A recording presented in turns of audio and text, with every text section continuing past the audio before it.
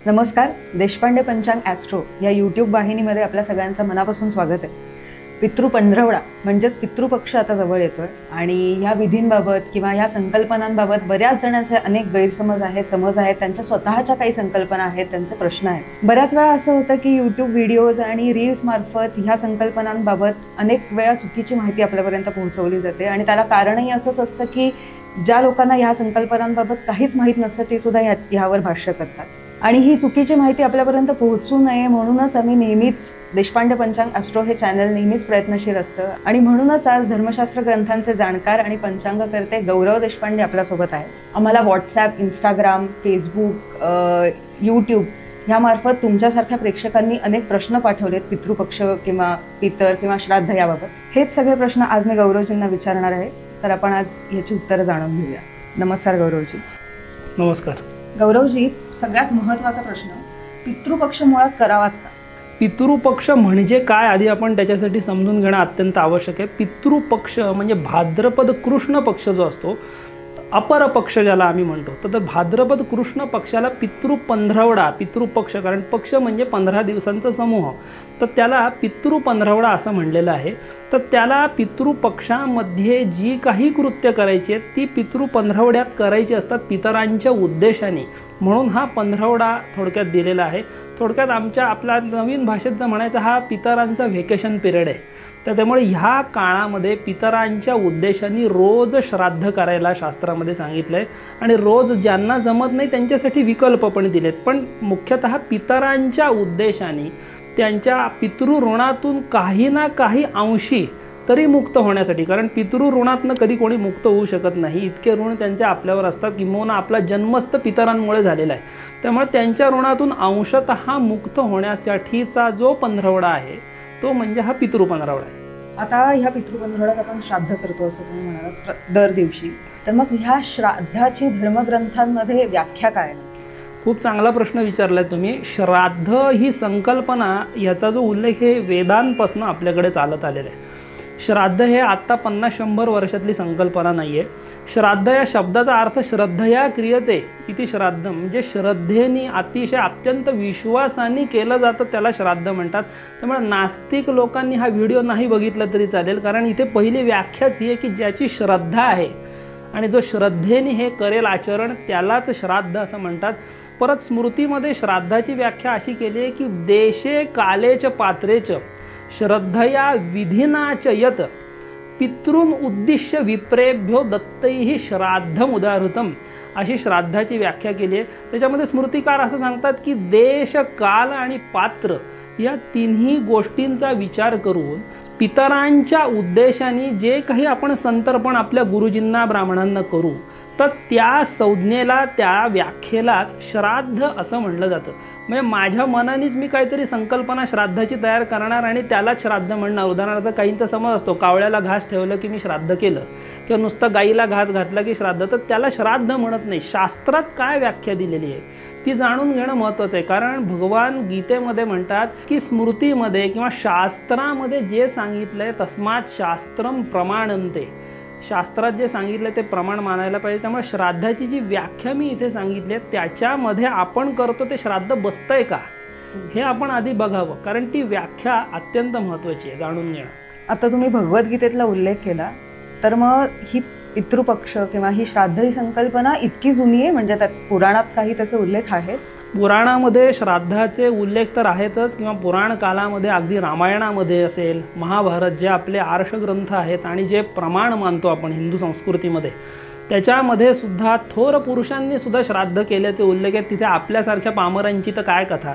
त्याच्यामध्ये प्रभू रामचंद्रांनी सुद्धा दशरथाचं श्राद्ध वनवासात असताना केल्याचे उल्लेख आहेत. आता प्रभू रामचंद्रांसारखे मर्यादा पुरुषोत्तम जे स्वतः साक्षात भगवान विष्णूंचा अवतार होते, ते जर त्यांच्या पित्याचं श्राद्ध करत असतील तर आपण त्यांना आदर्श तर मानतोच. तर त्यांचा तर एक उल्लेख आलेला आहे. परत जेव्हा पंडू राजाचं निधन झालं त्यानंतर धर्मराज युधिष्ठिर असेल, पितामह भीष्म असतील, यांनी त्यांच्या उद्देशाने श्राद्ध केल्याचा उल्लेख हा महाभारतात सुद्धा आलेला आहे. आणि त्याचबरोबर 300-400 वर्षापूर्वीचं उदाहरण म्हणजे एकनाथ महाराजांचं चरित्र जर आपण बघितलं तर त्याच्यामध्ये सुद्धा एकनाथ महाराज श्राद्ध करत होते, कारण त्यांनी त्या पितरांना आवाहन केलं होतं असा उल्लेख सुद्धा त्यांच्या चरित्रात आलेला आहे. तर तो तर आपण म्हणजे आपण त्यांच्या चरित्रात बघितला तर लक्षात येईल आपल्या. त्यामुळे पितरांचा उल्लेख, श्राद्धाचा उल्लेख हा अनादी कालात वाङ्मयात अगदी वेदांमध्ये सुद्धा आलेला आहे. पुराणांमध्ये तर अगदी वायू पुराणात तर अगदी श्राद्ध ही संकल्पना ठासून भरलेली आहे. त्यामुळे व्यासांनी लिहिलेली जी काही पुराणं आहेत त्याच्यात रामायण महाभारत सगळ्यामध्ये श्राद्धाचा उल्लेख आलेला आहे. गौरवजी, ह्यात माझाही एक प्रश्न आहे की पितर योनी मुळात खरंच आहे का, किंवा पितर दिसतात का, आणि पितृलोक ही संकल्पना काय, नक्की काय आहे? आता पितर ही एक योनीच आहे. म्हणजे 84 लक्ष योनी ज्या भगवंतांनी निर्माण केल्या त्यातली एक ही पितृयोनी जी आहे. तर पितर दिसतात का हा जो तुमचा प्रश्न आहे त्याच्यासाठी दिव्य दृष्टीची आवश्यकता असते. अर्जुनाला जेव्हा विश्वरूप दर्शन भगवंताला द्यायचं होतं तर तेव्हा अर्जुनाला पहिल्यांदा काहीही दिसत नव्हतं. तर त्यामुळे भगवंताने दिव्यं ददामि ते चक्षुः असं गीतेमध्ये सांगितलं की अर्जुना तुला मी दिव्य दृष्टी देतो. ती जेव्हा दिव्य दृष्टी अर्जुनाला दिली तेव्हा भगवंताचं जे विश्वरूप दर्शन आहे ते त्याला झालं. याचाच अर्थ आपले जे नॉर्मल चर्मचक्षु आहे त्या चर्मचक्षूंनी मी अनेक गोष्टी पाहू शकत नाही, पण ज्या मी पाहू शकत नाही त्या ब्रह्मांडामध्ये अस्तित्वातच नाही आहेत असा अर्थ होत नाही. सध्या कसं होतं, बाप दाखव नाही तर श्राद्ध कर अशी एक लोकांची प्रवृत्ती झाली आहे की माझ्या दृष्टीला जे दिसतं तेच खरं, पण तसं नाही आहे. त्याच्या पलीकडे सुद्धा अनेक डायमेन्शन्स असतात जिथे माझी दृष्टी पोहोचू शकत नाही. तर तिथे शास्त्राचा आधार घ्यायला लागतो. आता तुम्ही विचारलं पितर दिसतात का, तर त्याचे उल्लेख पुराणात आलेले आहेत. जसं जेव्हा दशरथाचं श्राद्ध करायचं होतं प्रभू रामचंद्रांना, तर तेव्हा सीतेच्या मुखातलं वाक्य आलंय पद्मपुराणामध्ये की पिता तव मया दृष्टो ब्राह्मणांगेषु राघव. जे ब्राह्मण जेवायला बसलेत हे रामचंद्रा, तुमचे जे पिताश्री आहेत दशरथ ते मला त्यांच्या शरीरामध्ये दिसत आहेत. तर सीता मातेला ती दिव्य दृष्टी होती, ती प्राप्त करण्यासाठी आपण प्रयत्न करायला पाहिजे, म्हणजे आपल्यालाही दिसतील. तसंच परशुरामांचं आणि पितामह भीष्मांचं जेव्हा युद्ध झाल्याचा प्रसंग महाभारतामध्ये आला आहे त्यामध्ये त्यांचं घनघोर युद्ध झालं आणि त्यानंतर परशुरामाच्या पितरांनी येऊन ते युद्ध थांबवल्याचा उल्लेख आलेला आहे. म्हणजे पितर तिथे उपस्थित झाले होते त्यांचे. त्याचबरोबर पितामह भीष्म जेव्हा त्यांचे पिता शंतनू यांचं श्राद्ध करण्यासाठी गेले होते तेव्हा शंतनूचा हात वर आला होता पिंडदान ते स्वीकारण्यासाठी. तेव्हा पितामह भीष्मांनी हातामध्ये पिंड ठेवला नाही, कारण ते म्हटले शास्त्रात दिले दर्भावरती पिंड ठेवावा. तर त्यांनी ते शंतनू जे त्यांचे पिताश्री होते ते अत्यंत खुश झाले, आनंदी झाले आणि त्यांनी सांगितलं की शास्त्राप्रमाणे तू वागतोयस का याची मी परीक्षा घेत होतो. तर अशा प्रकारे पितर दिसलेले आहेत. किंबहुना मी मगाशी सांगितलं एकनाथ महाराजांच्याकडे जेव्हा श्राद्ध होतं त्यांच्या पितरांचं तेव्हा आधी श्राद्धाच्या आधी कोणालाही भोजन देऊ नये असं शास्त्रामध्ये सांगितलंय. तो स्वयंपाक जो असतो, पण अनेक लोक जी भुकेलेली होती ती त्यांच्या घराबाहेर जमली तेव्हा त्यांनी तो श्राद्धाचा स्वयंपाक सगळा आधी देऊन टाकला. तर त्यानंतर जे ब्राह्मण जेवायला म्हणून आले होते ते रुष्ट झाले आणि ते म्हणले आमच्या आधी सगळ्यांना जेवण दिलं आता आम्ही चाललो, तर ते काही श्राद्ध करेनात. तर चरित्रात असा उल्लेख आलेला आहे की एकनाथ महाराजांनी त्यांच्या दिव्य शक्तीनेच त्यांच्या पितरांना आवाहन केलं. श्राद्धाला प्रत्यक्ष पितर उपस्थित झाले आणि हे त्या ब्राह्मणांनी तिथलं बघितलं. तर ही तर घटना 300-400 वर्षापूर्वी झालेली आहे. त्यामुळे संत सत्पुरुष जे असतात ज्यांना आत्मसाक्षात्कार झालेला आहे किंवा पातंजल योग सूत्रामध्ये काही अशा सिद्धींचं विशेष वर्णन आहे की तिथपर्यंत आपली जर आध्यात्मिक प्रगती झाली तर आपल्याला ती दृष्टी बाय डिफॉल्ट येते, म्हणजे त्याच्यासाठी काही वेगळे प्रयत्न करायला लागत नाहीत.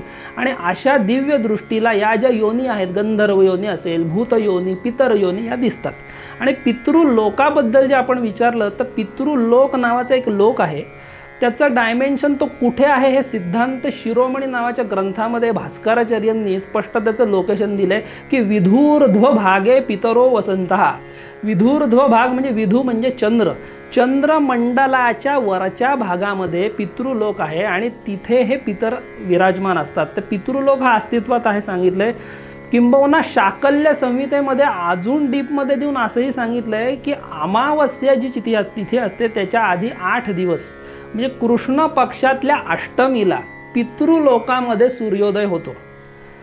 तो सूर्योदय म्हणजे आपला एक डायमेन्शन लक्षात ठेवा, पितृलोकामधला एक दिवस म्हणजे आपला एक महिना असतो. हे नेहमी लक्षात ठेवलं की आपल्याला हे जाणून घ्यायला अवघड पडणार नाही.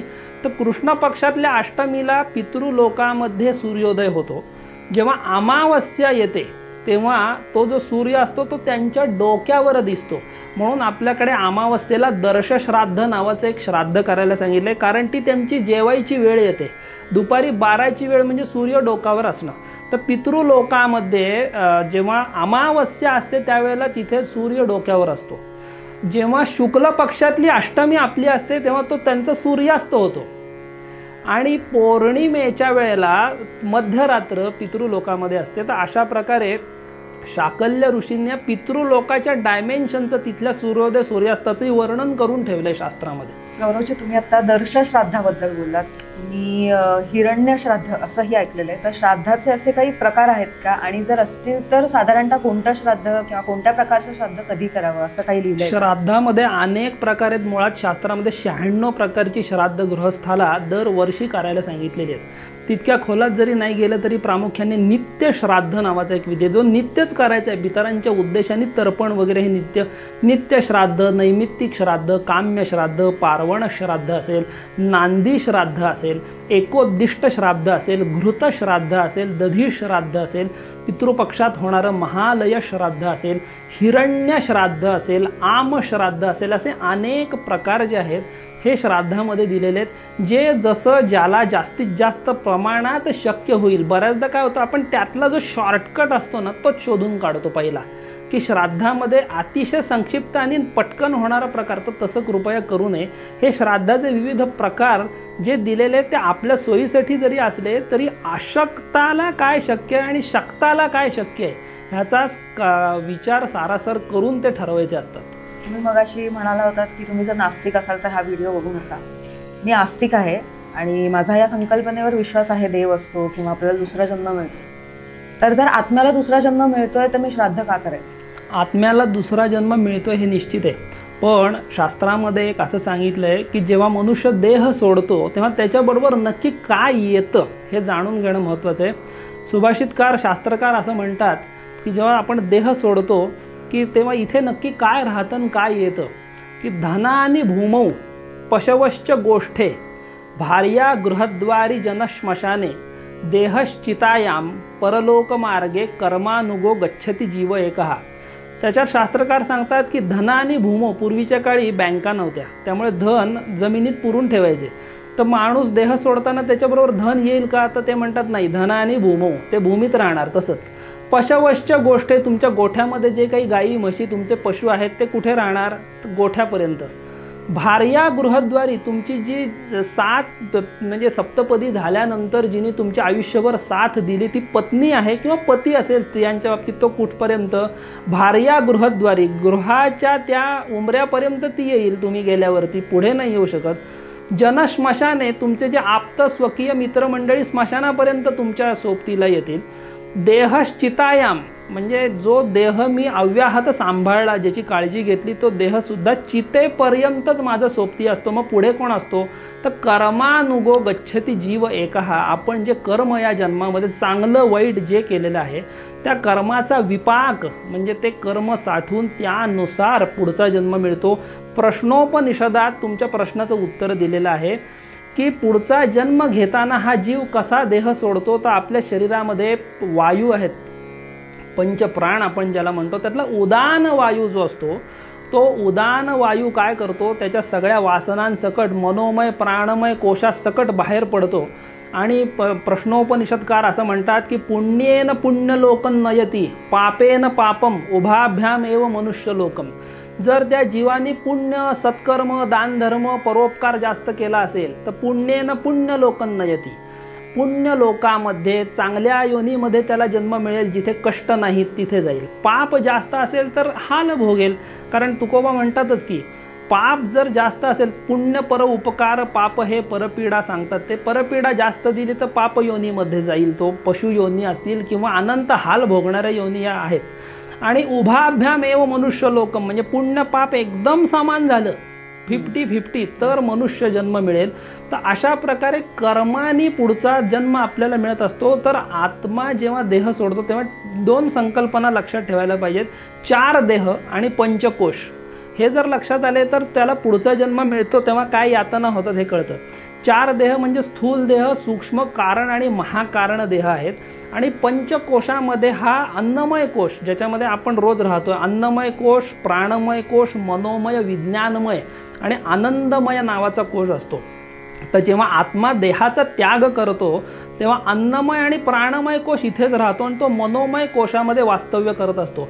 आणि मन जे आहे ते तुम्हाला माहितीच, सगळ्या वासनांनी बरबटलेलं असतं, चांगल्या वाईट.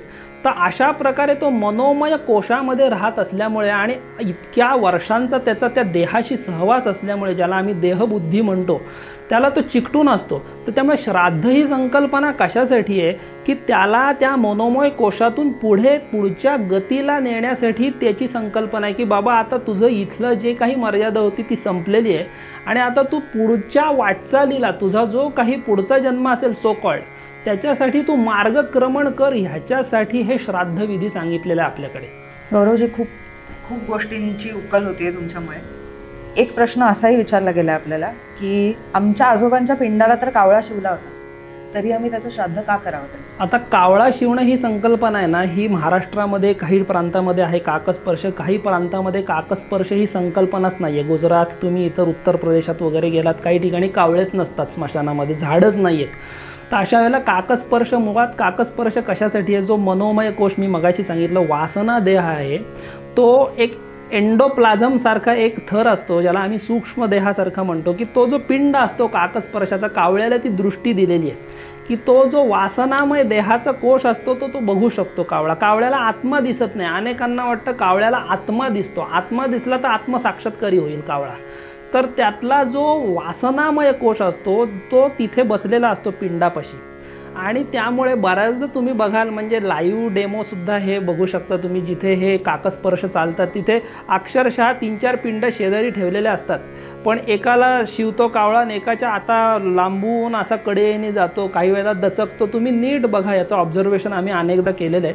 तर तो वासनामय कोश तिथे असतो. तर श्राद्ध का करायचं? ह्याचा वासनामय कोश काकस्पर्शाचा संबंध आहे तेवढ्या पुरता आहे त्या देहासाठी, की तिथं त्याच्या काही इच्छा आकांक्षा राहिलेल्या नाहीत. पण त्याचा जो पुढचा प्रवास आहे, जो अनंताचा प्रवास आहे, गीतेमध्ये सांगितले जोवर मनुष्य मुक्त होत नाही तोवर त्याचा प्रवास हा चालूच असतो. त्यामुळे पुढचा प्रवास जो आहे तो त्याचा सुकर व्हावा यासाठी ती सगळी वर्षभराची श्राद्धांची यादी आपल्याकडे. दर महिन्याला मासिक श्राद्ध आहे, सपिंडीकरण आहे, अनेक परत प्रेताचीही सुद्धा वेगवेगळी श्राद्ध सांगितली. ती कशासाठी? तर त्याचा पुढचा प्रवास जो आहे मोक्षाकडेचा तो सुकर व्हावा आणि पटकन तो पुढच्या गतीला जावा ह्यासाठी. त्यामुळे काकस्पर्शाचा संबंध श्राद्धाशी येत नाही. आत्ताची पिढी खूप धावपळीचं जीवन जगते, म्हणजे ह्या पिढीला श्राद्ध करायचं पण ह्या संकल्पनांवर विश्वासही आहे, पण त्यांच्याकडे वेळ नाहीये. मग तुम्ही त्यांना काय सल्ला द्याल? आता वेळ नाही हे जे विधान आहे ना, हे तितकंसं पटणाऱ्यातलं नाही. कारण आपला सोशल मीडियावर जितका वेळ जातोय रोज, तर वर्षातनं मुळात श्राद्ध हे जे आहे ते एकदा करायचं आहे आपल्या वडिलांसाठी किंवा आईसाठी, त्यांच्या मृततिथीला एकदा, आणि पितृपक्षामध्ये एकदा जे काही श्राद्ध करायचं हे जरी बेसिक आपण केलं, मी मगाशी म्हणलं वर्षाला 96 श्राद्ध आहे, तिथं सध्या शक्य नाही आहेत. पण पुत्र जेव्हा आपण म्हणत असतो, पुत्र म्हणजे ह्याच्यात कन्यासुद्धा, बरं का, की संततीचं मुख्य कर्तव्य काय आपल्या पितरांच्या बद्दल हे शास्त्रकार सांगतात की जीवतोर वाक्यकरणात, प्रत्यब्दम भूरी भोजनात, गयायाम पिंडदानाच्या त्रिभिही पुत्रस्य पुत्रता. आपल्या संततीचं म्हणजे पुत्राची पुत्रता किंवा कन्या जी आहे ते सार्थक कधी होईल? ते कन्याला कन्या म्हणणं, पुत्राला पुत्र म्हणणं, त्या 3 गोष्टी त्यांनी केल्या पाहिजेत. जीवतोर वाक्यकरणात, आई वडील जिवंत असताना त्यांच्या आज्ञेचं पालन करणं हे पहिलं महत्त्वाचं आहे. नाही तर बऱ्याचदा आपण बघतो की आई वडील वृद्धाश्रमात आणि मेल्यानंतर साजूक तुपातले लाडू श्राद्धाला करत असतात. शास्त्रकारांना ते मान्य नाही आहे. जिवंत असताना आधी त्यांच्या आज्ञेचं पालन करतोय का आपण? तर जीवतोर वाक्यकरणात, नंतर प्रत्यब्दम भूरी भोजनात, दरवर्षी त्यांच्या मृततिथीला सशास्त्र म्हणजे व्यवस्थितपणे श्राद्ध करणं हे दुसरं कर्तव्य. आणि गयायाम पिंडदानाचे, एकदा तरी आयुष्यात गयेला जाऊन विष्णू पदावर त्यांच्या उद्देशाने पिंडदान करणं हे पुत्राचं कन्येचं हे आपल्या पितरांप्रती असलेलं कर्तव्य सांगितलंय. तर आपल्याला जे श्राद्ध करायचं आहे ते वर्षातून मी मगाशी म्हटलं तसं एकदा, त्यातले 1.5 ते 2 तास जर आपण आपल्या पितरांसाठी काढू शकत नसू तर आपल्या जगण्यावरच धिक्कार आहे असं मला वाटतं. कारण आपला जो अनाठाई वेळ अनेक ठिकाणी जात असतो तो जर आपण बघितला तर ही जी काही सबब आहे ती तितकी पटण्यासारखी नाही आहे. त्यामुळे आपण कृपा करून श्राद्ध जे आहे त्याच्यामध्ये शॉर्टकट न मारता व्यवस्थित जे काही श्राद्ध आहे त्याला 1.5-2 तासाचा जो मी कालावधी लागतो ते करणं अत्यंत महत्त्वाचं आहे. पण समजा आपण असं धरूच की नाहीये वेळ, तर असा कोणता श्राद्धाचा प्रकार आता आहे? वेळ नसेल त्याच्यापेक्षा मी दुसरी एक बाजू घेतो, किंवा अशक्त असेल मनुष्य, किंवा एखाद्याला शारीरिक प्रकृतीच नाही आहे 2 तास त्याची बसायची, तर तो काय करेल, तर त्याच्यासाठी काही विकल्पही दिलेत शास्त्रामध्ये. त्याच्यात आम श्राद्ध नावाचा एक प्रकार आहे, चट श्राद्ध आहे, हिरण्य श्राद्ध आहे. हे जे अनुकल्प दिलेत त्याचं आचरण तो करू शकतो. ब्रह्मार्पण विधीने श्राद्ध करू शकतो. त्याच्यामध्ये आता आम श्राद्ध म्हणजे काय, समजा ब्राह्मण किंवा काही जेवायला आपल्या गुरुजींना घालणं शक्य नाही आहे, तुम्हाला स्वयंपाक करायलाच कोणी नाही आहे घरामध्ये, तर अशा वेळेला कोरडा जो शिधा असतो, म्हणजे साधारणपणे 4 ब्राह्मण तरी जेवतील एवढा शिधा पाहिजे तो. कारण आमन ददतु कौंतेय दद्याद आमम चतुर्गुणम असंही सांगितलं, चौपट शिधा द्यायला पाहिजे. कारण आपण कसं आहे तिथे काटछाट करतोय ना, मग शास्त्रकारांनी तिथे थोडीशी शिक्षा दिली, मग प्रायश्चित्त येते की मग तुम्ही शिधा देताय ना, मग तो चौपट दिला पाहिजे, कारण इथे आम्ही जेवत नाही आहे ना आता तुमच्याकडे. तर त्यामुळे शिधा जो आहे तो 4 व्यक्ती जेवतील एवढा शिधा आपल्या त्या गुरुजींना त्यावेळेला द्यायला पाहिजे. तेही काही नाही, मग त्यावेळेला तुम्ही पिंडदान, तर्पण वगैरे यथाशक्ती सगळं यथाशास्त्र करू शकता. फक्त भोजनाच्या ऐवजी शिधा देऊन ते श्राद्ध कमी वेळामध्ये करता येईल.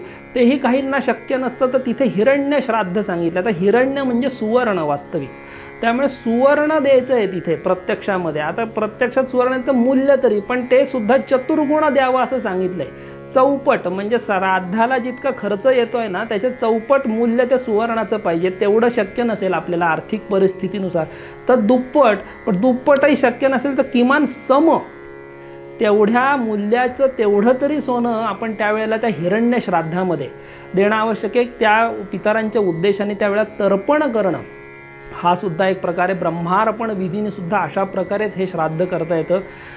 काहींना आर्थिक परिस्थितीने काहीच शक्य नाही, अशांसाठी शास्त्रामध्ये वेगळाही पर्याय दिलेला आहे की डोंगरावर जाऊन दक्षिणेकडे तोंड करून उभं राहावं आणि हात वर करून पितरांना प्रार्थना करावी की माझ्याकडेच खायला काही नाही आहे, तर मी आपलं श्राद्ध करू शकत नाही, तर कृपा करा आणि ही मी जे आत्ता प्रार्थना करतोय तेच श्राद्ध म्हणून मानून घ्या. पण हा जो विकल्प ह्याचा आपल्यासारख्यांनी त्याचा उपयोग करू नये, कारण इथे सत्सद्विवेक बुद्धीचा वापर करायला पाहिजे. मी जर 2 ते 3 वेळा रोज सकाळी संध्याकाळ भरपूर जेवतोय, तर हा विकल्प मी श्राद्धासाठी पितरांसाठी वापरणं योग्य नाही आहे. त्यामुळे मला असं वाटतं की शास्त्रशुद्ध पद्धतीने श्राद्ध करणं हा सर्वोत्तम पर्याय. आणि मगाशी म्हटलं तसं अशक्तांसाठी दिलेले विविध पर्याय आहेत, त्याचा सत्सद्विवेक बुद्धीने उपयोग करावा. थोडक्यात धर्मशास्त्रीय ग्रंथात सगळ्यांसाठीच सगळं काही दिलेलं आहे, सगळे विकल्प दिलेले आहेत, त्यामुळे कोणी कोणतीच सबब नाही सांगू शकत. पण तरीही समजा जर मला माझ्या पूर्वजांच्या मृत्यूच्या तिथीच माहित नाही तर मी कसं श्राद्ध करणार? आता मृत्यूची तिथी माहीत नसेल तर ती का माहीत नाही आहे. काही वेळेला परागंदा होते व्यक्ती, तर परागंदा व्यक्ती नक्की मृत झाली आहे का नाही हेच माहीत नसतं. त्यामुळे अशांसाठी 12 वर्ष वाट बघून पुढे काही विशिष्ट विधी पण करायला सांगितलेत. तर त्या बाबतीत जेव्हा व्यक्ती घर सोडून गेली तीच मृत तिथी धरावी असं सुद्धा सांगितलं आहे शास्त्रामध्ये. काहींना महिना माहिती असतो पण तिथी माहीत नसते, तर अशा वेळेला महिन्यातल्या विशेषतः अमावस्येला, कृष्ण पक्षातल्या एकादशीला, शुक्ल पक्षातल्या एकादशीला सुद्धा त्या व्यक्तीचं श्राद्ध तुम्हाला करता येतं. तिथी माहिती आहे, महिना माहीत नाही, तर अशा वेळेला माघ महिना असेल, भाद्रपद असेल, मार्गशीर्ष असेल, अशा महिन्यामध्ये सुद्धा श्राद्ध करता येतं. त्यामुळे प्रत्येकाला आपल्याकडे सोय दिलेली आहे. तुम्हाला तिथी माहीत नसेल तर ह्या तिथी घ्या, महिना माहीत नसेल तर हे महिने घ्या. मगाच्याच प्रश्नाला जोडून मी एक प्रश्न घेते की एखाद्याच्या घराण्यात जर एखाद्या व्यक्तीचा मृत्यू घातपाताने झाला असेल तर पितृपक्षात त्यांच्या श्राद्धाची काही वेगळी तिथी आहे का? किंवा त्याच घराण्यात एखादा संन्यासी गेला असेल किंवा सवाष्ण स्त्री गेली असेल तर त्यांच्यासाठी वेगळी श्राद्धाची तिथी आहे का?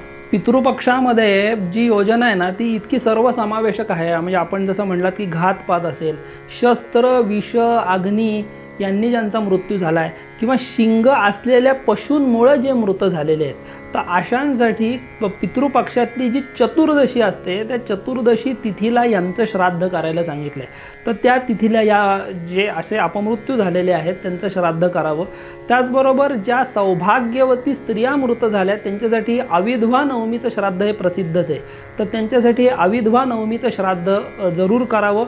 आणि तिथे त्यावेळेला सवाष्ण भोजनसुद्धा घालावं, ब्राह्मण भोजनाबरोबर सवाष्णीचाही सन्मान करावा असं दिलेलं आहे। आणि संन्यासी जर कोणी मृत झालेला असेल तर त्यासाठी पितृपक्षातल्या द्वादशीला, ज्याला द्वादशी श्राद्ध म्हणतात, ही तिथी विशेष करून संन्यासी मृत जर कोणी असतील तर त्यांच्या श्राद्धासाठी ती आराधनेसाठी सांगितलेली आहे। अनेक श्राद्ध करणारे गुरुजी भरणी श्राद्धाबद्दल सतत बोलताना दिसतात, तर याबद्दल तुम्ही काय सांगाल? भरणी श्राद्ध जे आहे ना त्याचा गवगवा खूप आहे। त्याचं कारणच तसं आहे की भरणी नक्षत्रावर श्राद्ध जर पितृपक्षात केलं तर गया श्राद्धाची फलप्राप्ती होते। म्हणजे ज्यांना गयाला जाऊन पिंडदान करणं शक्य नाही त्यांनी भरणी श्राद्ध केलं की गया श्राद्धाची फलप्राप्ती आहे। पण भरणी श्राद्ध हे काम्य श्राद्ध आहे, नित्य श्राद्ध नाही आहे। काम्य म्हणजे कामनेनी करणारं कामनेनी आपण जे काही श्राद्ध करतो ती कामना कुठली, मी मगाशी सांगितलं गया श्राद्ध फलप्राप्ती ही कामना आहे। तर त्यामुळे हे नित्य नाही आहे, त्यामुळे कंपल्सरी नाही आहे की प्रत्येकाने भरणी श्राद्ध केलंच पाहिजे। तर त्यामुळे बऱ्याचदा असं होतं की आमची भरणी राहिली ह्यावेळेला आमचं म्हणजे काय होणार आता, तर तसं नाही आहे।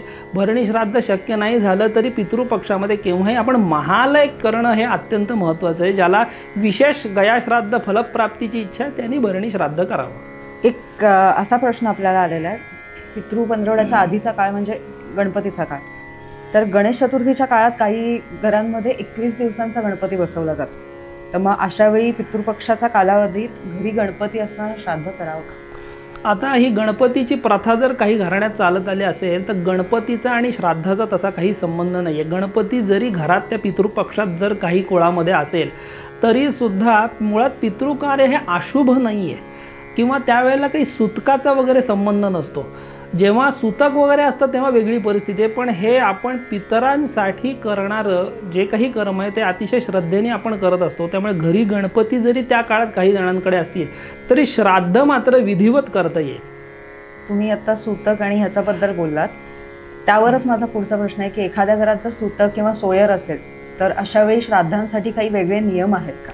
आता सूतक समजा पितृपक्षामध्ये, समजा आता हा 15 दिवसाचा जो कालावधी आहे त्याच्यामध्ये सूतक साधारणपणे एक 10 दिवसाचं असतं, तर ते संपल्यानंतर लगेच श्राद्ध करावं। जर पितृमृत तिथीला पहिला त्यांनी एक हे दिलेलं आहे की पितरांची म्हणजे माझ्या वडिलांची जी मृत तिथी असेल त्याला पहिली प्रायोरिटी दिलेली आहे त्या पितृपक्षामध्ये, पण तेव्हा जर नेमकं सूतक आलं तर सूतक संपल्यानंतर लगेच करावं। काहींचं असं होतं की पहिले पितृपक्षाला 3-4 दिवस निघून गेलेत मग सूतक आलंय, मग तोवर सर्व पितरी अमावास्या निघून जाते। मग अशा वेळेला काय तर आश्विन शुक्ल पंचमीपर्यंत दुसरा विकल्प दिलेला आहे आणि तिथपर्यंत सुद्धा काही कारणांनी म्हणजे सोयर सूतक किंवा तुम्ही कुठेतरी परगावीच असाल काही अडचण येऊ शकते मनुष्याला, तर अशा वेळेला वृश्चिक दर्शनात म्हणजे वृश्चिक राशीत सूर्य जास्त वर, जेव्हा कॅलेंडर पंचांगामध्ये सूर्य वृश्चिकेत जाईपर्यंत तुम्ही केव्हाही पितरांच्या उद्देशाने पुढे सुद्धा श्राद्ध करू शकता। श्राद्ध तिथीला जर ग्रहण असेल तर अशा वेळी काय करावं?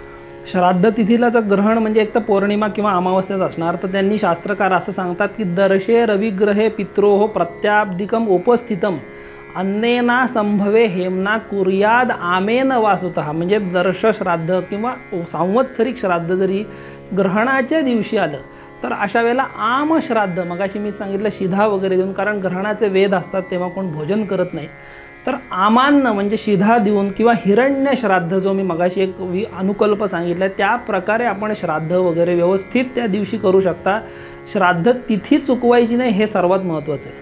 पुढचा प्रश्न असा विचारला गेला आहे की कोण श्राद्धाला बसू शकतं किंवा श्राद्धाचे अधिकारी नक्की कोण आहेत? श्राद्धाचे अधिकारी विष्णू पुराणामध्ये सगळे देऊन ठेवलेत। पुत्र पौत्र प्रपौत्रश्च तदूर्ध्वं भ्रातृसंततिः सपिंड संततिर्वापी क्रियाभाक नृपजायते असा श्लोकच आले।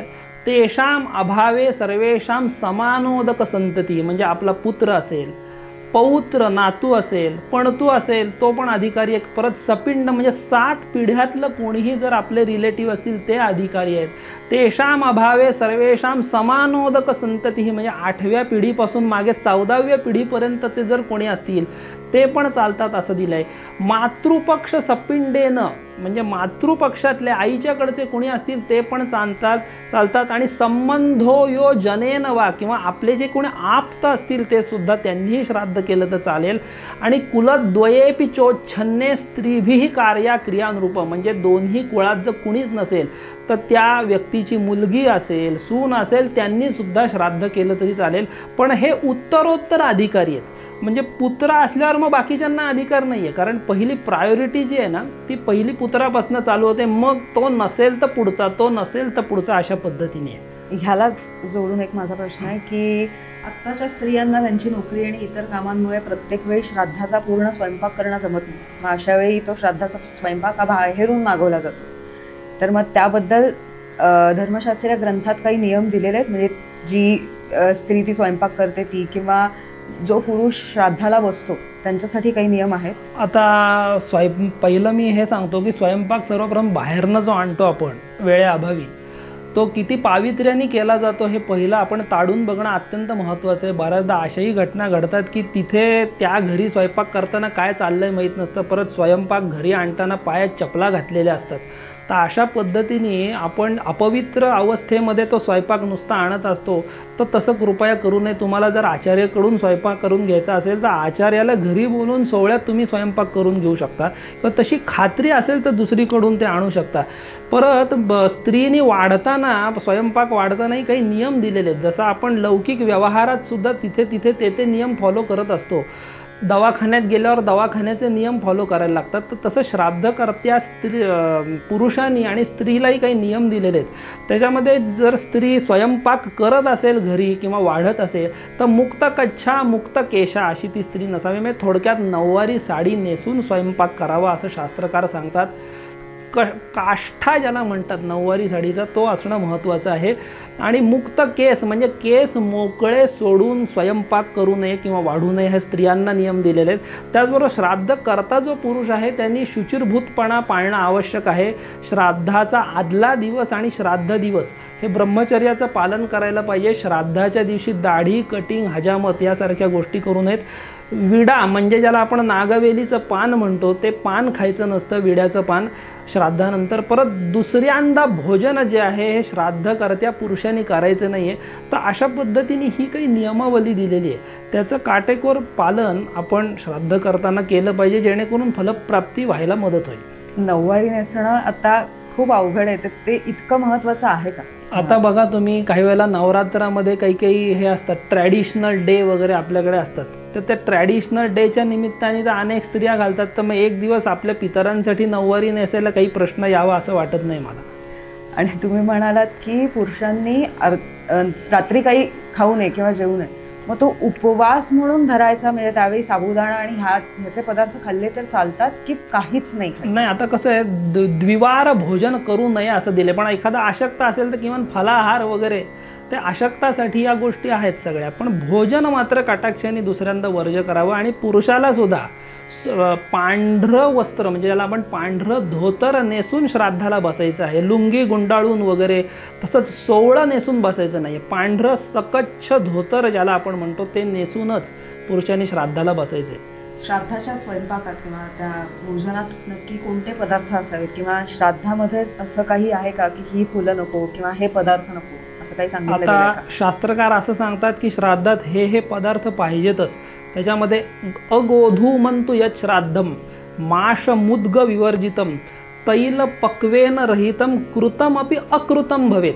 म्हणजे ज्या श्राद्धामध्ये गव्हाचा पदार्थ नाही, उडीद मूग इत्यादी डाळींपासून बनवलेले पदार्थ नाही, तेलात तळलेले पदार्थ नाहीत, ते श्राद्ध करून पण न केल्यासारखंच आहे. त्यामुळे थोडक्यात हे पदार्थ असणं आवश्यक आहे. पितरांना मध हा अत्यंत प्रिय आहे. त्यामुळे मधाचा समावेश हा अतिशय स्ट्रिक्टली श्राद्धामध्ये करावा. आता वर्ज्य पदार्थांची यादी खूप मोठी दिली आहे धर्मशास्त्रामध्ये. त्यातले काही प्रामुख्याने म्हणजे म्हशीचं दूध चालत नाही.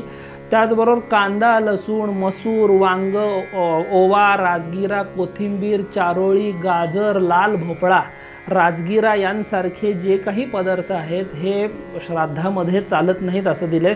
त्यामुळे ते स्ट्रिक्टली अवॉइड करावेत. आणि फुलं जी आहेत त्यामध्ये पांढरी फुलं जी आहेत ती विशेष करून श्राद्धाला वापरावीत. आणि पितरांना माका तुळस या गोष्टी अत्यंत प्रिय आहेत, त्यामुळे माका तुळस यांचा वापर तर श्राद्धामध्ये करावाच. दररोज मी मगाशी म्हणाले तसं आत्ताची पिढी खूप प्रॅक्टिकल विचार करणारी आहे, तर तसंच एक प्रॅक्टिकल प्रश्न विचारते की ताट तर आपण इथे वाढतो पितरांसाठी, पितर कुठे असतात हे माहीत नाही आहे, किंवा तुम्ही मगाशी म्हणालात तो कोणता तरी पितृलोक आहे तिथे असतात, मग हे अन्न त्यांच्यापर्यंत पोहोचतं कसं? अतिशय चांगला प्रश्न विचारलात. बऱ्याच जणांना ही शंका असते की इथं गुरुजी जेवतायत, अन्न पितरांपर्यंत जातं कसं? त्याचं उत्तर देवल स्मृतीमध्ये देवल ऋषींनी ऑलरेडी देऊन ठेवलं. या सगळ्या शंका स्मृतिकारांनी ऑलरेडी हाताळलेल्या आहेत. त्याच्यामध्ये ते सांगतात की देवो यदि पिता जातः शुभकर्मानुसारतः तस्यान्नम अमृतम भूत्वा देवत्वेप्यनुगच्छति. म्हणजे शुभ कर्मानुसार, पूर्वकर्मानुसार आपले पिता किंवा आपली आई जर देवयोनीमध्ये गेली असेल, मी मगाशी सांगितलं 84 लक्ष योनी आहेत, त्याच्यात कुठेही कर्मानुसार जीव जातो, तर देवयोनीमध्ये जर गेली असेल तर तिथे अमृत स्वरूपामध्ये हे अन्न पोचवायची क्षमता विश्वे देवांमध्ये. आपण जेव्हा श्राद्ध प्रयोगाचं नीट अवलोकन कराल ना, त्याच्यामध्ये प्रत्येक श्राद्धाला एक विश्वे देवांची योजना आहे. विश्व चालवणारे देव म्हणजे विश्वे देव. जसं धुरी लोचन संज्ञक नावाचे जे देव आहेत त्यांची महालय श्राद्धामध्ये त्यांचं आवाहन केलं जातं श्राद्धाला. तर हे जे विश्वे देव असतात त्यांचं काम काय असतं माहिती का? एजंट. म्हणजे एखादं कुरिअर किंवा पार्सल आपण इथून घेऊन तिकडं पोहोचवतो, हे जसं त्या एजंटचं काम आहे. मनी ऑर्डर एक्झॅक्टली. किंवा मी इथून समजा मला अमेरिकेत मी एखादी मनी ऑर्डर केली, इथे मी 100च्या 5 नोटा भरल्या, तर त्या 5 नोटा तशाच तिथं पोचत नाहीत. त्या करन्सीमध्ये, त्या डॉलरमध्ये कन्व्हर्ट करून तिथे तो पोस्टमन जो कोणी असेल तो त्या व्यक्तीला ती देतो. तसं गेलेले जे काही आपले पितर आहेत ते ज्या योनीत आहेत, देवयोनीत असतील तर तिथलं भक्ष्य त्यांना मिळेल. जर पशुयोनीत असतील तर त्यांना तृण, धान्य इत्यादी जे काही आहे ते मिळेल. आसुरी योनीत जर असतील, गीतेत आसुरी योनीम आपन्ना मूढा जन्मनी जन्मनी असा आसुरी योनीचाही भगवंतांनी श्रीकृष्णांनी उल्लेख केला आहे. आसुरी योनीत असतील तर मांस असेल, रक्त असेल त्या योनी प्राप्त असतील. जलचर असतील तर ते भक्ष्य त्यांना मिळेल. तर थोडक्यात ज्या योनीमध्ये तो जाणार तिथल्या करन्सीनुसार त्याला तो इथला जो कव्य भाग आहे, श्राद्धातल्या जो अन्न जो भाग असतो त्याला कव्य म्हणतात, त्याचा सार त्या विश्वे देवता ज्या असतात त्या त्याच्यापर्यंत कुरिअरद्वारे पोहोचवतात आणि हे काम मंत्र करत असतात. म्हणून शास्त्रामध्ये मननात त्रायते इति मंत्र हा आणि देवाधीनं जगत सर्व मंत्राधीनंच दैवतम म्हणलं आहे. आपल्या ज्या सगळ्या देवता आहेत इन्क्लुडिंग पितर त्या मंत्रांच्या अधीन आहेत. त्यामुळे मी नुसतीच काहीतरी कल्पना करून फोटोसमोर नैवेद्य दाखवायची सध्या एक पद्धत चुकीची चालू आहे. तसं पितर ग्रहण करत नाहीत. मंत्राशिवाय कुठलाही भाग त्यांच्यापर्यंत पोचला जात नाही. त्यामुळे मंत्र म्हणजे थोडक्यात काय आलं की यथासांग श्राद्ध करणं हे अत्यंत महत्त्वाचं, जेणेकरून तो कव्य भाग तिथपर्यंत पोचेल. गौरवशी, काही जणांचा आहे, तुम्ही ज्या ज्या ग्रंथांचा उल्लेख केला त्याच्यावर अजिबात विश्वास नसतो, ते फक्त भगवद्गीतेला मानणारे असतात. तर भगवद्गीतेमध्ये असा कोणता श्लोक किंवा असा उल्लेख आहे का की ज्यात पितर, पितृलोक किंवा श्राद्ध याचा उल्लेख आहे? आता भगवद्गीतेवर निष्ठा असणारी अनेक लोक आहेत जे इतर स्मृती वगैरे मानत नाहीत. तर भगवद्गीतेमध्ये पितरांचं वर्णन केलेलं आहे त्यांनी 9व्या अध्यायामध्ये. यांती देव व्रता देवान पितॄन यांती पितृव्रता भूतानी यांती भूतेजा यांती मध्या जिनोपी माम असं भगवान श्रीकृष्ण सांगतात. त्याच्यामध्ये ते सांगतात यांती देवव्रतान देवा, म्हणजे तुम्ही देवांची उपासना केलात तर तुम्ही देवयोनीत जाल. पितृन यांती पितृव्रता, पितरांची उपासना केली. तर उपासना म्हणजे इथे श्राद्ध पक्ष अभिप्रेत आहे, कारण शांकर भाष्यामध्ये आद्य शंकराचार्यांचं तसं वर्णन आहे. तर पितरांचं तुम्ही जर उद्देशाने श्राद्ध पक्ष केलं तर पितृलोकाप्रत तुम्ही जाल असं भगवान श्रीकृष्णांनी इथे उल्लेख केलेला आहे. आणि श्रुती स्मृतीर ममई आज्ञा असं भगवंत सांगतात. या श्रुती स्मृती या माझ्याच आज्ञेने प्रसृत झालेल्या आहेत. त्यामुळे भगवद्गीते व्यतिरिक्त जे काही असेल ते सुद्धा त्याचीच वाणी आहे ती. त्यामुळे तसं इतकं कट्टर राहून उपयोगी नाही, सगळं आपलंच आहे. त्यामुळे श्राद्धाला फाटा मारण्यासाठी ही कारणं दिसायला खरी वाटतात पण ती खरी नाही आहेत. खूप छान स्पष्टीकरण दिलं आहे गौरवजी तुम्ही. आता आमच्यासारख्या पिढीला आमच्या पूर्वजांची नावं इतकी माहीत नाही आहेत, किंवा बऱ्याच जणांचं असं आहे की त्यांना स्वतःचं गोत्र माहीत नसतं. तर मग अशा लोकांनी श्राद्धाच्या वेळी काय करावं? आता नावं जर माहिती नसतील, कारण एक तर 3 पिढ्यांपर्यंतचं श्राद्ध असतं, साधारणपणे 3 पिढ्यांपर्यंत नावं माहीत असतात. पण नसेल माहिती समजा तर तिथे विष्णूंची नावं योजतात. आपण जर बघितलं तर केशव असेल, नारायण, माधव अशी नावं योजली जातात. कारण सर्वम विष्णुमयन जगत असं शास्त्रात सांगितलं. हे जे ब्रह्मांड आहे सर्व विष्णुमयच आहे. त्यामुळे गेलेल्या पितरांचं नाव माहीत नसेल, पुरुष असतील तर विष्णूंची नावं, स्त्री असेल तर गंगा, यमुना, भागीरथी ही नावं योजली जातात. आणि गोत्र जर माहीतच नसेल तर समस्त सृष्टी प्रजा जी आहे काश्यप ऋषीची संतती असं सांगितलं आहे. त्यामुळे ज्यांचं गोत्र माहीत नाही त्यांचं काश्यप गोत्रांनी हे सगळे विधी होत असतात. हा प्रश्न जो आहे तो सतत विचारला जातो की आम्ही श्राद्ध तर करत नाही, पण आम्ही त्याऐवजी रोज कावळ्याला किंवा गाईला घास घालतो. तर तुमचं काय मत आहे, हे खरंच योग्य आहे का धर्मशास्त्रीय ग्रंथानुसार? आणि नसेल तर मग एरवी पितरांची सेवा आपण कशी करू शकतो? आता आपल्याकडे काकबली वगैरे ही पद्धत आहे, पण तो श्राद्धाला पर्याय नाही आहे. म्हणजे काही जण काय करतात, श्राद्ध करायचं नाही आणि वरती फक्त टेरेसवरती कावळ्याला घास नेऊन ठेवायचा किंवा गाईला गोग्रास नुसता घालायचा. तर हे सगळे शॉर्टकट जे आपण म्हणतो ना की वेळ आणि दक्षिणा वाचवण्याचे जे पर्याय आहेत त्यातला हा पर्याय आहे. त्या काकबलीचा आणि पितृतृप्तीचा काहीही संबंध नाही आहे. त्यामुळे तुम्ही काकबली द्या, आपण श्राद्ध करून द्या, गोग्रास द्या, आपण श्राद्ध करून द्या, जेणेकरून पितरांची खरी संतुष्टी व्हायला मदत होईल. आणि रोज नित्य श्राद्धसुद्धा आपल्याला करायला सांगितलं आहे. म्हणजे आपण जो ब्रह्मयज्ञ करायला सांगितलेला आहे तर त्याच्यामध्ये रोज पितरांच्या उद्देशाने तर्पण काळे तीळ मिश्रित पाण्याने रोज ब्रह्मयज्ञामध्ये सांगितलंच आहे आपल्याला करायला.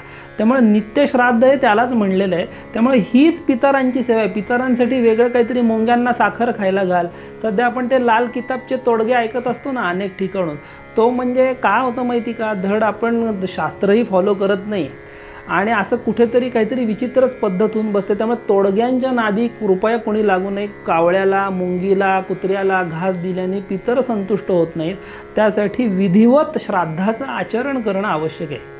नवरोजी काही जण म्हणतात की आम्ही अनाथ आश्रमाला देणगी देतो किंवा एखाद्या संस्थेला देणगी देतो, हेच आमच्यानुसार श्राद्ध आहे. किंवा काही जण म्हणतात की आमचा या गोष्टींवर अजूनही विश्वास नाही, आम्ही करणारच नाही श्राद्ध.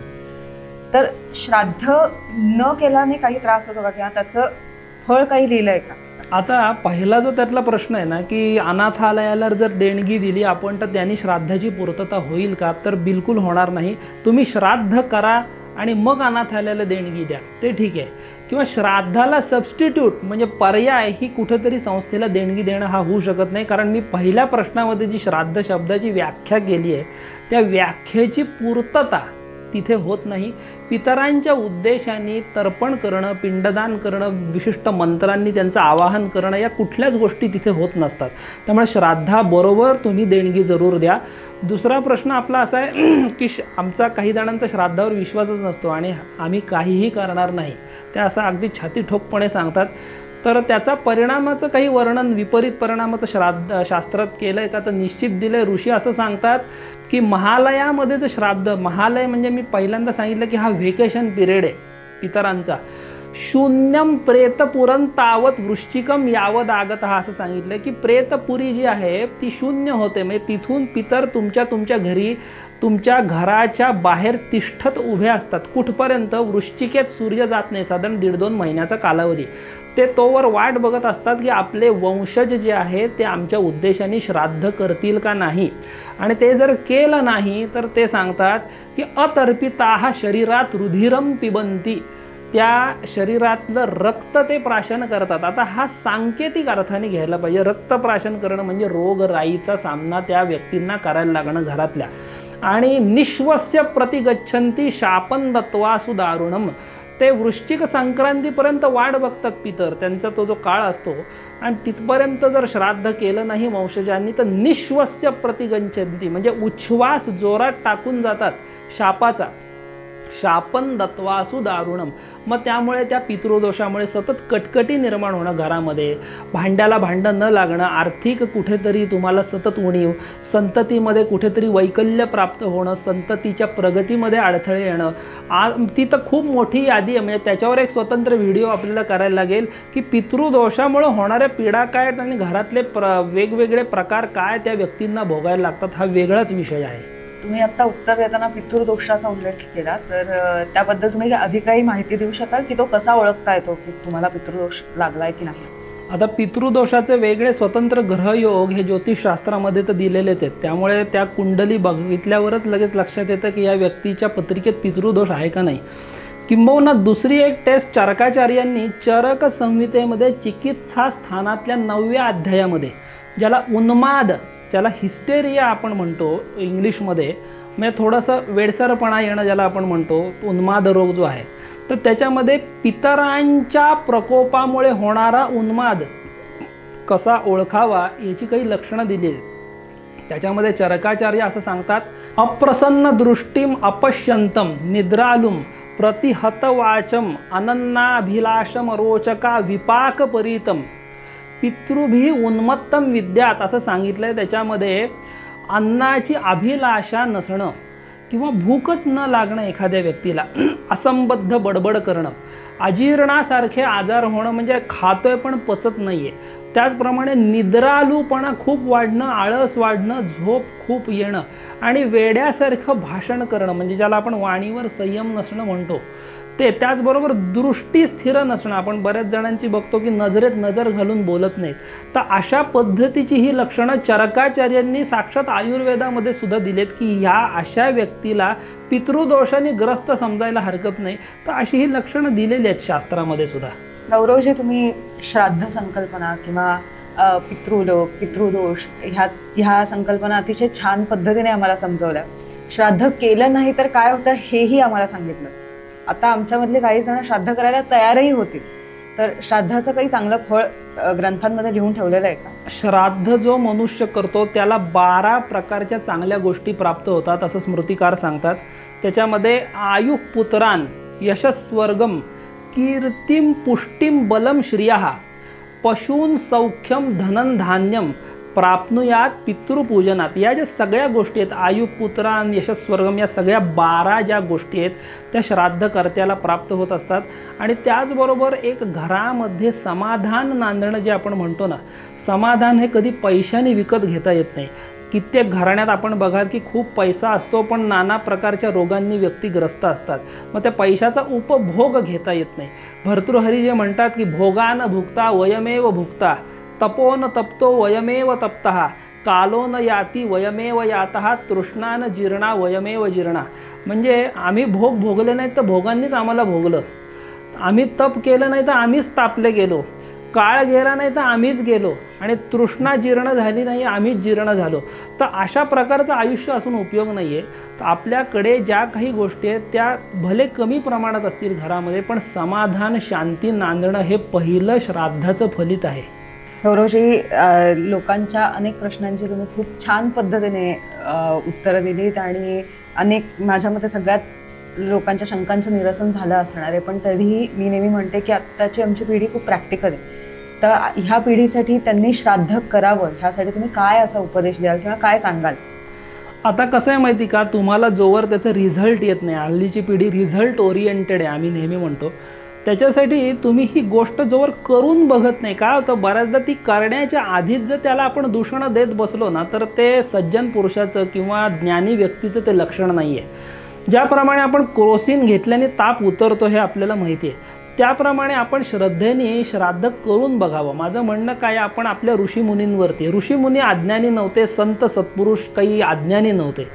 जसं आपण फॉरेन ऑथर्सवर विश्वास ठेवतो किंवा काही आपण जे काही लौकिक शिक्षण शिकतो त्याच्यामध्ये विश्वासानेच पुढं जातो आहे आपण, तर ही विश्वासाची ही जी नाव आहे त्या नावेत आपण बसूयात आणि आपल्या ऋषीमुनींवर, स्मृतिकारांवर, आपल्या आचार्यांवर विश्वास ठेवून हे श्राद्धकर्म यथासांग करूयात.